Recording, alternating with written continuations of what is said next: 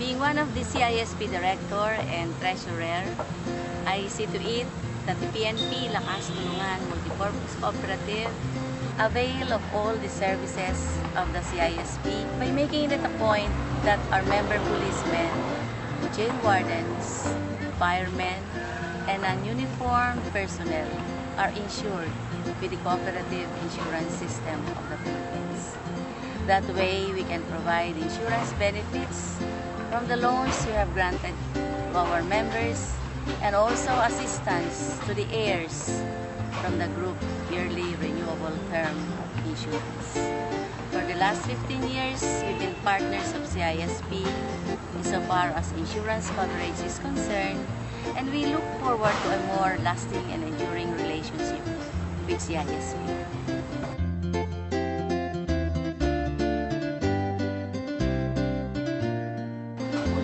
Congratulations po sa inyong lahat, lalo na sa kasabi, kasama at member ng CISP. Sa tulong ninyo, natin ay patuloy po tayong lalago at uunlad.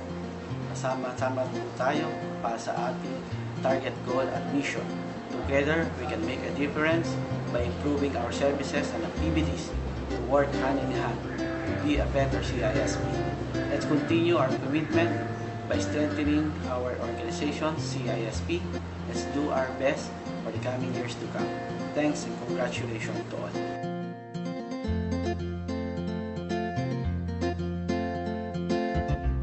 Good morning, cooperators. I am Luz Biminda Espita, delegate of Nova Desi to CISP.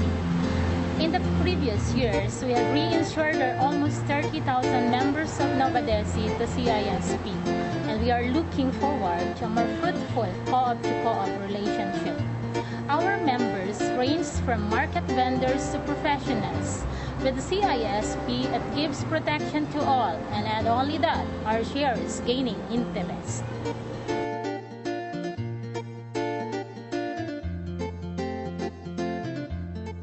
Para sa CISP, ang magagawa tulong ng isang miyembro o kasapi sa kooperatiba ng CISP ay ang ipatronize o tangkilikin ang mga serbisyo at produkto ng CISP. At the same time, ay magdagdag sila ng kapital para lalong lumakas ang komunidad ng CISP.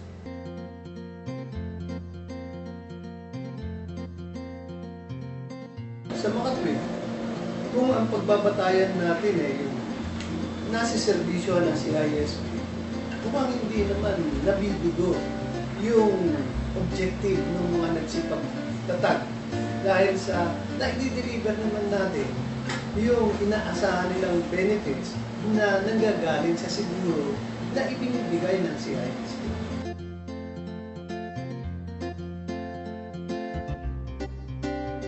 Magandang umaga po sa inyo lahat. Una sa lahat ay nais ko kayong i-welcome ang lahat ng mga nagmay-ari ng CISP, ang lahat ng aming mga panauhin na labis na sumusuporta sa CISP sa ika-34th General Assembly ng ating CISP na gaganapin sa